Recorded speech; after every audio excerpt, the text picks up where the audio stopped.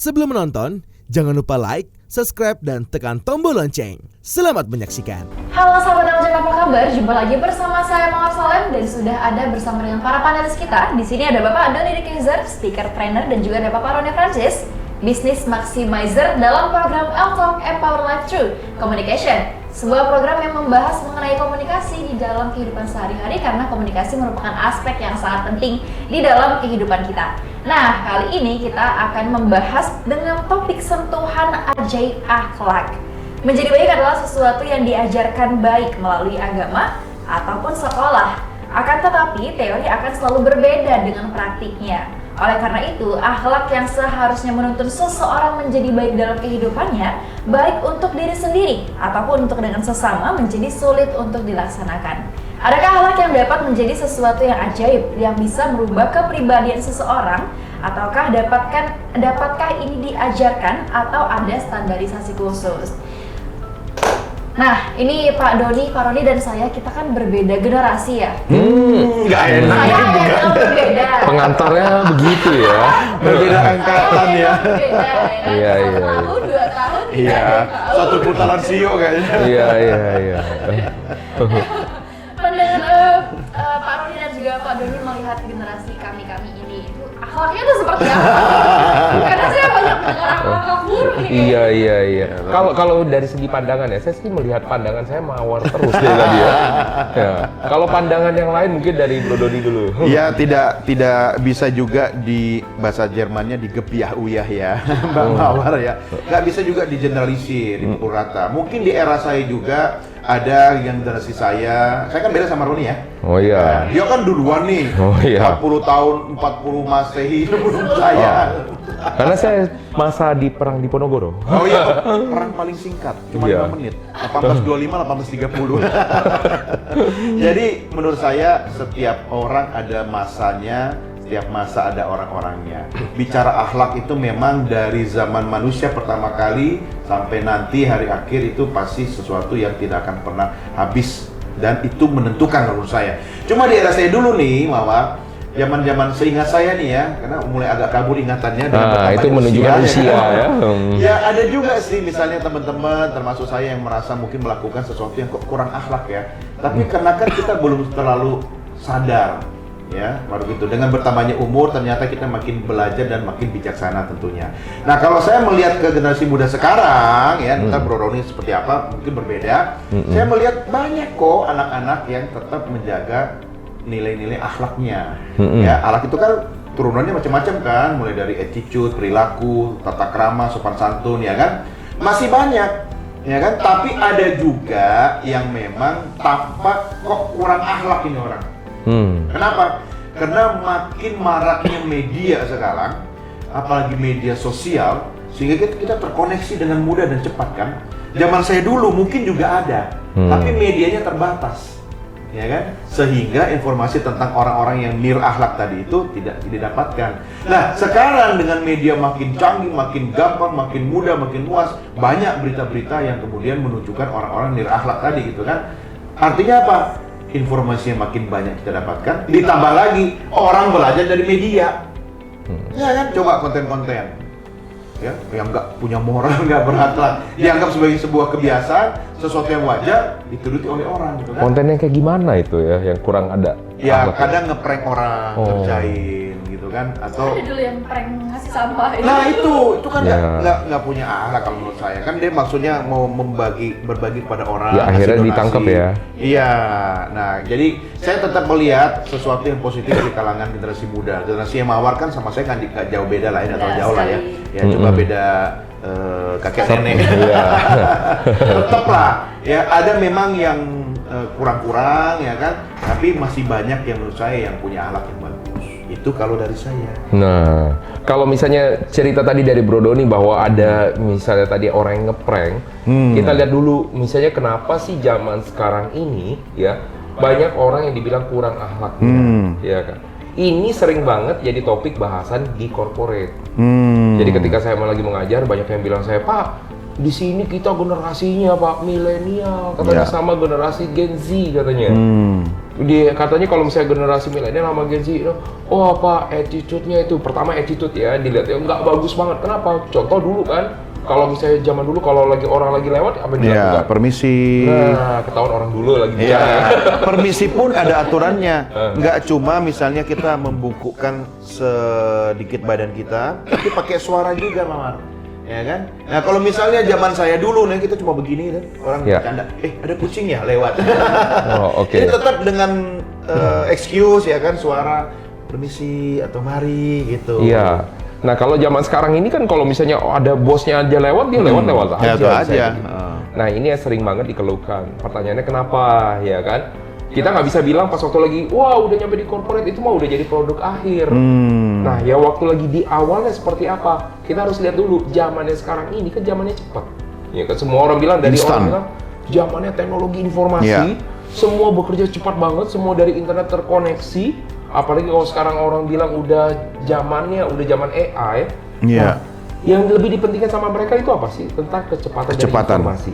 Saking cepat informasi, semua pekerja juga menjadi cepat semua. Saking cepatnya, mereka ketika mengurus anak apa yang terjadi? Mereka tidak ada waktu untuk namanya mengurus anak. Karena kenapa? Sibuk luar biasa. Iya. Saking sibuk sama luar biasa kayak gitu, jadi anaknya apa yang terjadi? Supaya anaknya diam, dia kerjanya banyak apa yang dikasih? Dikasih lah Dikasih gadget. gadget. Dikasih gadget. Jadi yang mempengaruhi dia dari mana? Dari luar. Iya. Ya kan dari gadget itu. Dari gadget itu yang mempengaruhi dia bagaimana dia melihat pas waktu lagi di luar, kan tidak ada yang mengajarkan waktu itu ya, lebih fokusnya terhadap apa namanya? Mungkin ngeprank, joget-joget dan lain-lain. Itu yang akhirnya diikuti sama mereka. Iya. Nah, inilah yang membuat orang akhirnya pada ujung-ujungnya tidak mempunyai namanya akhlak. Iya. Nah, zaman dulu banget, mungkin Oh, zaman zaman dulu dia. nih. Pas banget ya barengan ya. Nah, itu ada namanya pendidikan moral. Nah, kalau zaman sekarang pendidikan moral seperti itu dicari. Tidak ada di semua sekolah. Iya. Ada bahkan sekolah-sekolah internasional pun tidak menggunakan itu karena lebih banyak mengutamakan tentang apa? Keahlian, Iya. kompetensi. Jadi tentang bahasa, tentang misalkan contoh matematikanya, sainsnya dan lain-lainnya. Sedangkan tentang akhlak itu sendiri, jadi akhirnya seakan-akan diabaikan. Inilah yang membuat generasi-generasi zaman sekarang itu kesannya tidak ada akhlak. Iya. Padahal ini adalah sebuah proses hasil akhir yang membuat mereka, kenapa kayak gini? Dulunya nggak ada. Kok sistem pendidikannya tidak didesain? Nggak bisa lihat sekarang ya. Nggak bisa Tapi dilihat mundur. dari Iya, sekarang. dari hulunya seperti apa. Iya, dari dulunya kayak gimana, Iya. dari hulunya kayak bagaimana. Tapi Ini- ada satu lagi sih ya menurut aku ya Mawar ya, karena akibat itu tadi dicekoi terus dengan gawai gadget sehingga peran orang tua, peran lingkungan, peran keluarga berpindah kepada gadget. Ya kan? Nah, yang harusnya orang tua ini manusia nih kan.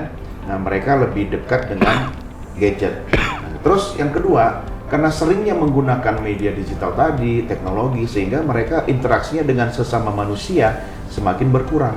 Ya. Mereka canggih loh, pinter loh. Ketika menggunakan teknologi sangat luar biasa, cepat. Tapi ketika bertemu dengan manusia, nah itu kurang. Kenapa? Tidak terlatih. Ya kan? Tidak terlatih bagaimana ketika mereka ketemu dengan orang yang sebaya mereka, ya kan? Tapi kalau main game dengan teman sebaya, woi canggih. Tapi ketika interaksi langsung gitu loh, tatap muka, ketemu fisik gitu kan, tidak terlatih. Ketika ketemu dengan orang yang lebih tua bagaimana, ya kan? Nah, kalau menurut aku sih harus apa ya istilahnya, harus seimbang lah.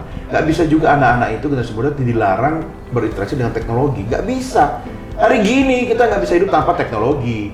Tapi tetap interaksi dengan manusia wajib. Kenapa? Manusia itu makhluk sosial. Dia nggak bisa hidup sendiri tanpa peran manusia lain. Lahir aja kita nggak di-download, ya kan? Perlu bantuan bidan, ya kan? Atau dokter kandungan, ya kan? Sampai kita gede juga nggak bisa. Tetap.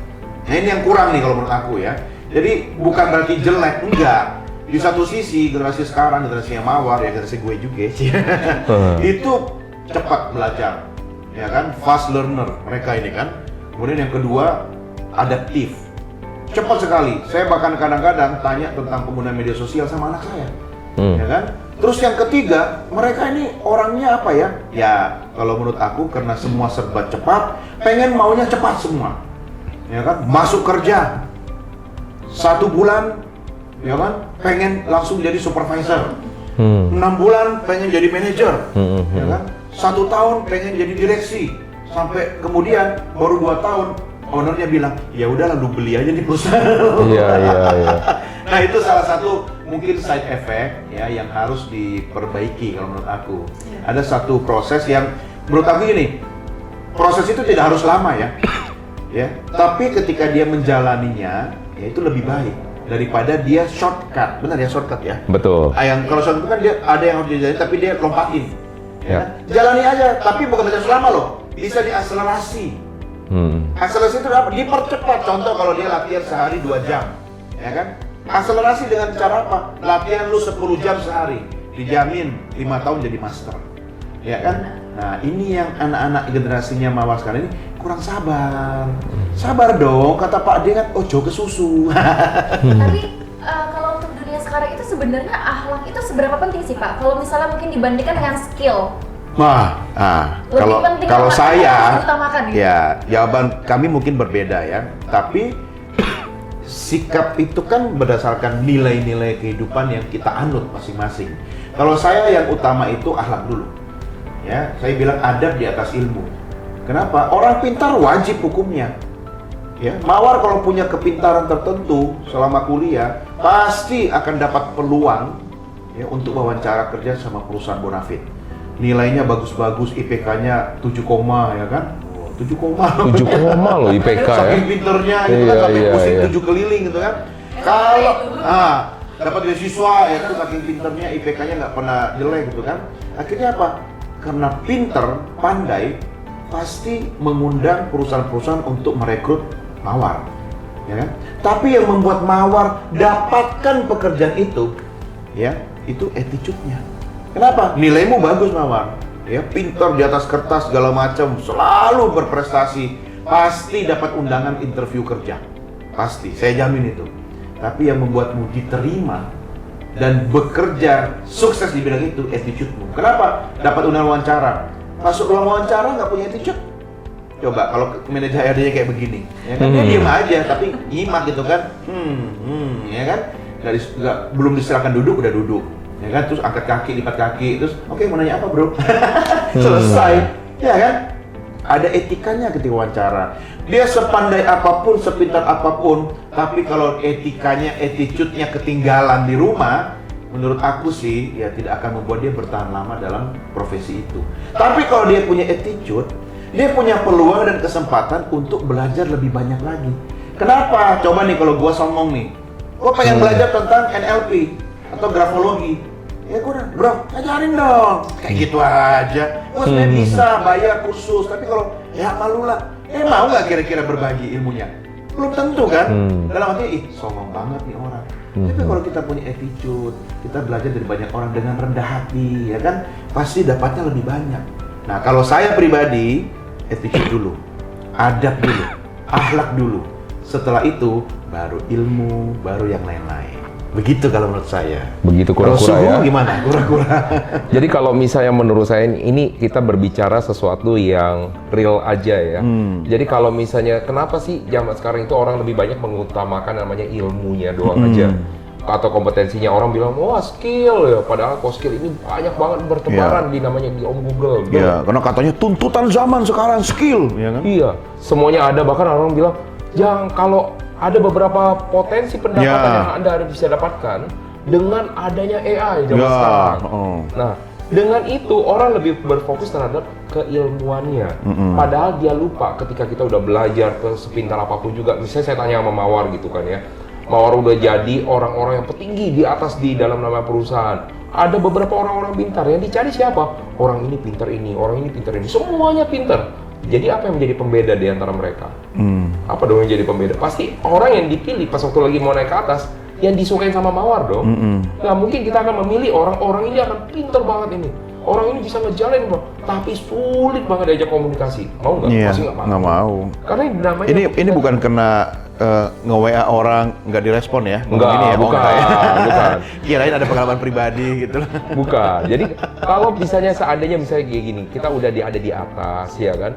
Dan kemudian kita juga harus memilih orang yang waktu lagi ada di bawah. Bagaimana caranya mereka nanti untuk bisa menjadi seorang pemimpin ketika mereka juga harus berkomunikasi dengan orang lain. Kita harus bisa mencari orang yang bisa juga. Orang itu akan lebih sulit untuk diajak komunikasi loh. Bayangkan ya, untuk komunikasi misalkan dengan namanya Mawar aja misalnya gitu. Ya, itu juga Ini bukan butuh- Mawar aja, Mawar Salem. Mawar Salem, betul, betul. Itu juga butuh namanya sesuatu teknik, betul. Nggak mungkin Mawar itu akan suka berbicara dengan orang ngomong, lo lagi mau ngapain? Pasti juga akan males, sih orang itu siapa, betul kan? Sebel ya? Iya, sebel kan ya. Nggak bisa ngomong, tapi dia pinter banget. Ada nggak orang yang pinter kayak begitu? Ada. Nah, kalau Banyak. misalnya kita cuma berfokus terhadap itu aja, suatu saat dia akan jadi masalah. Nah, ini ada pernah waktu itu kejadian, waktu itu ketika saya berada di perusahaan. Ada satu orang ini pinter banget, dia jadi seorang sales, terus dia berprestasi juga. Ditanya sama atasan, kamu kerjanya bagus, kira-kira kamu ke depan mau ngapain? Cerita, oh iya Pak, saya seneng Pak kerja di sini. Tapi sambil begini, ini ada meja di depannya dia begini. Iya Pak, aduh enak banget. Kira-kira kayak gimana bosnya? Gak sopan gitu kan? Melunjak nih orangnya. Melunjak, iya. dianggap ini orang bagus, manner yang nggak bagus, coret namanya. Iya. Harusnya dia bisa naik promosi saat itu digantikan oleh orang lain yang mungkin dianggap Biasa-biasa mungkin saja. lebih biasa dibandingkan dia. Tapi mannernya bagus. Tapi memang Iya. bagus. Karena kalau yang namanya ke skill itu bisa dilatih.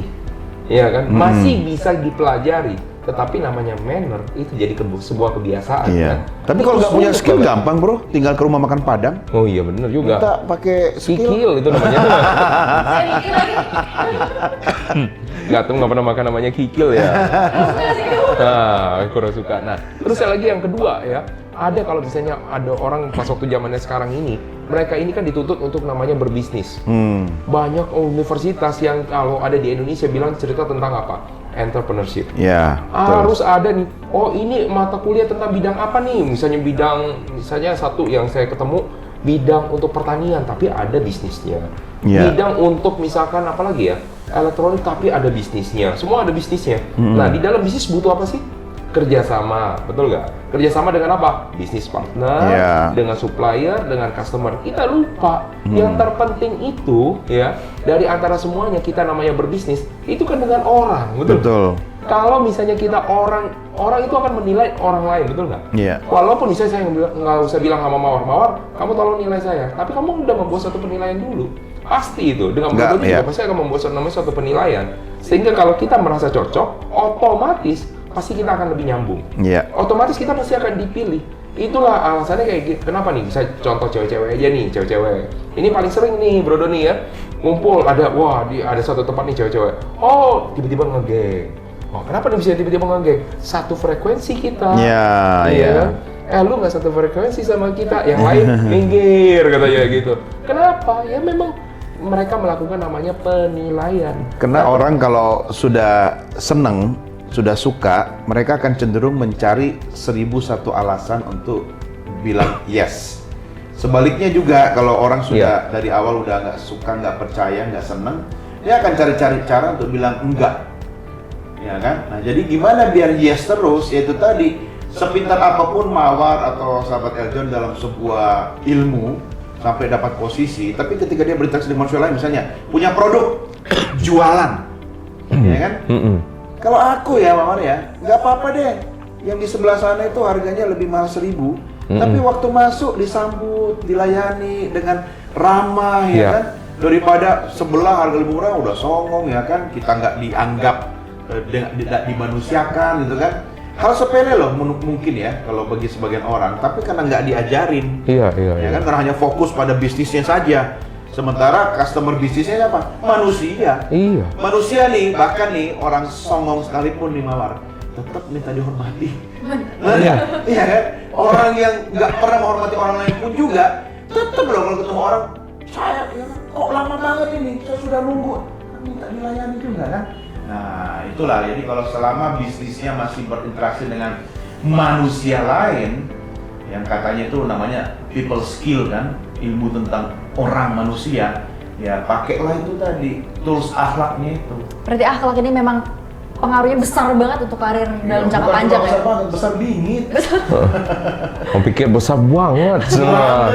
Tapi akhlak sekarang itu kan banyak gini Pak, orang punya skill, Iya. skillnya bagus gitu, kerjaannya bagus, tapi dia itu pendekatannya kurang. Jadi mungkin nggak Pendekatan yang mananya nih? pendekatan komunikasinya kurang, Oh. menjilat-jilatnya kurang, seperti itu gitu. Oh, kok menjilat-jilat, Iya. mungkin harus belajar makan es krim, gitu kan? Itu tuh sebenarnya masuk ke dalam akhlak kah, skill Skillnya kah? kurang banyak. Kalau dia punya misalnya tentang IT skill, ya kan?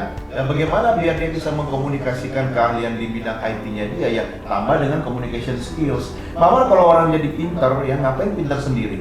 Nggak bisa berbagi buat orang lain, ya kan? Kuncinya adalah berbagi. Kenapa semakin banyak kita bagi, semakin nambah pintar kita sebenarnya kan? Jadi skill itu wajib hukumnya, ilmu wajib hukumnya. Tapi harus ditambah lagi, itu tadi communication skills. Itu sebabnya ada program ini untuk memberikan pemahaman kepada semua sahabat Eljon tentang apapun pekerjaan atau profesi. Tambahin lagi dong skillnya dengan apa? Communication skills. Habis itu, ya itu tadi, semua ilmunya, kepintaran dan kepandaiannya, kalau dia bawa dalam dagang, dalam bisnis, produknya, jasanya, jual, tapi dengan kemasan akhlak yang bagus. Orang kalau punya barang murah nih, ya kan, tapi maksa beli ke Mawar, mau nggak Mawar? Nggak. Beli dong, kalau enggak, gue nggak suka malu kan. Nggak mau kan? Tapi ternyata toko sebelah, ya walaupun harga lebih mahal, tapi ketika Mawar masuk toko, dia sambut bukan dengan Mbak, tapi langsung Mbak Mawar selamat datang. Coba, seneng nggak? Kok dia tahu? Karena waktu Mawar datang sebelumnya, diajak kenalan, ya kan? Dia mengingat orang. Makanya pentingnya dari soal nama saja, itu kan adab. Iya. Kan dalam akhlak atau adab itu kan kalau manggil saya, Mas, Mbak, itu biasa. Tapi kalau sapalah dengan namanya, itu kan adabnya udah tingkat tinggi kan? Akhlaknya udah tingkat dewa. Sama kan kalau kita manggil orang yang lebih tua, ya kayak misalnya nih kita lagi ngobrol, saya ngomong kepada orang yang lebih muda dari saya bilang kalian kan nggak apa-apa, iya kan? Tapi kalau untuk menghormati ya adik-adik atau teman-teman ya kan, tapi kan nggak mungkin kalau ngomong sama bos ya kan, sama partner bisnis kita yang kita habis meeting kemudian mau tanda tangan MOU 3 triliun misalnya gitu kan. Jadi kalian gimana sih bisnisnya, lancar nggak? Adabnya nggak ada, akhlaknya nggak dipakai gitu kan. Kira-kira si bos mau nggak sih tanda tangan kontrak sama saya? Langsung dia pikir-pikir, oke kayaknya nggak jadi, seret sobek. Ya kan? Bahkan akhlak bisa jadi penyelamat kehidupan manusia. Bener. Nah kalau gitu cara yang paling efektif untuk mengajarkan akhlak itu seperti apa sih? Kalau cara mengajarkan akhlak, nah kalau menurut saya sih saya tetap idealisme itu sebenarnya lebih bagus dari sekolah. Ya, karena kalau sebaik-baik apapun di rumah, ini ada suatu konsep mengenai tentang hipnosis. Ya, hipnosis itu akan sulit kena dengan orang terdekat kita. Kenapa? Karena dia udah tahu kita gitu kan, dia suruh bisa ceplok tidur lah. Ah, gue udah tahu lu bercanda gitu kan. Tapi kalau, oh tadi udah kena ya? Iya. Nanti, kalau gitu diambil dulu. Gitu. Nah, jadi kalau misalnya ada di sekolah, pertama ada menangnya apa sih kalau misalnya ada di sekolah? Pertama, guru itu dianggap sebagai sosok otoritas yang lebih tinggi daripada dia. Itu akan lebih mudah buat dia untuk menerima. Kedua, guru ini di luar daripada lingkungan rumah, yang dianggap sama dia harus belajar. Karena di situ tempatnya dia harus belajar. Sedangkan rumah, dalam tanda petik, belum tentu dianggap sama dia adalah tempat untuk belajar. Karena di rumah dia lebih banyak bermain daripada belajar. Benar. Nah, walaupun di rumah dia juga belajar. Jadi jangan sampai bilang sahabat Eljon, enggak, di rumah anak gue tuh belajar sebenarnya. Belajar bermain. Iya. Tapi jangan salah loh sahabat Eljon ya. Yang namanya bermain itu tidak selamanya bermain itu tidak menghasilkan. Bermain itu malah justru belajar. Terutama bagi anak laki-laki. Karena anak laki-laki itu konsep belajarnya itu adalah bermain. Asal jangan bermain perasaan. Betul. Walaupun sampai Main perasaan jangan. iya, karena yang bermain perasaan itu hanya yang di sebelah saya. Gitu. Nah, jadi kalau bagi sahabat Eljon semua, Anda yang ingin misalkan supaya anak Anda mempunyai namanya akhlak, maka yang pertama adalah Anda pastikan dulu sekolah Anda mengajarkan namanya akhlak. Kedua, bila sekolah Anda tidak mengajarkan namanya akhlak, maka Anda harus cari backupnya. Backupnya bagaimana? Kedua, Anda mempunyai namanya guru akhlak nggak yang bisa Anda ajari, misalkan di mana? Ada di tempat ibadah, misalkan Anda punya guru-gurunya tertentu, guru spiritualnya. Yang ketiga, kalau misalnya ini tidak ada, maka Anda siap-siap Anda yang menjadi guru akhlaknya dari mereka. Oke. Ini baru bisa membentuk kepribadian nanti dianya ke depan menjadi orang yang lebih baik. Iya kan idealisme seperti itu kan, dan saya setuju. Kenapa? Makanya sekarang banyak sekolah-sekolah yang lebih menjual istilahnya brand internasionalnya. Jangan terjebak hanya dengan kata-kata internasional saja.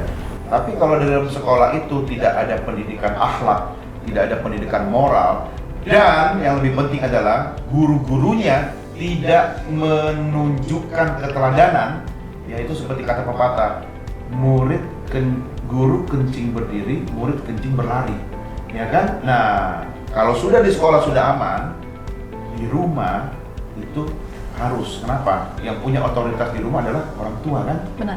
Ya, bagaimana cara mengajar anak dengan tepat menurut saya?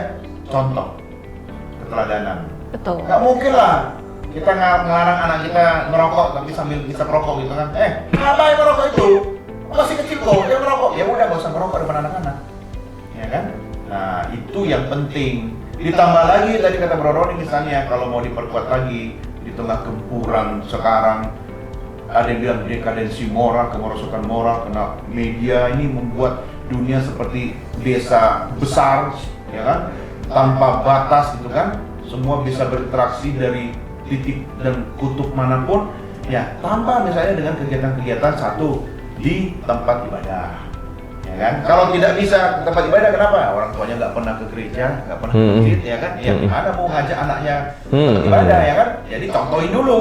Betul. Ya kan, kasih keteladanan dulu biar mereka terbiasa. Karena sekarang juga kadang-kadang ya, coba nih orang ke gereja itu kan, tiba-tiba dia lupa silent handphonenya.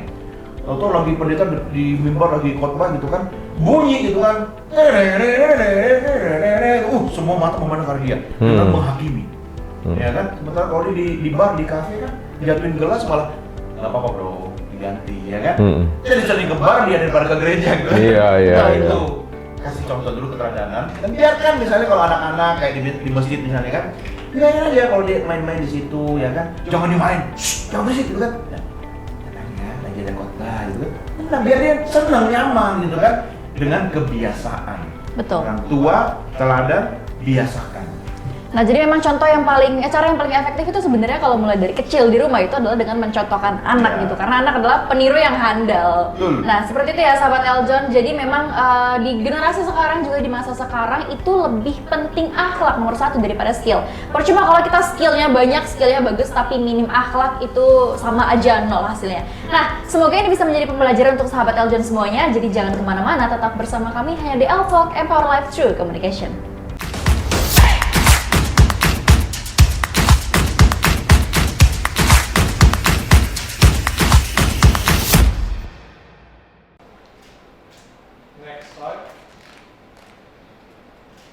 Terakhir.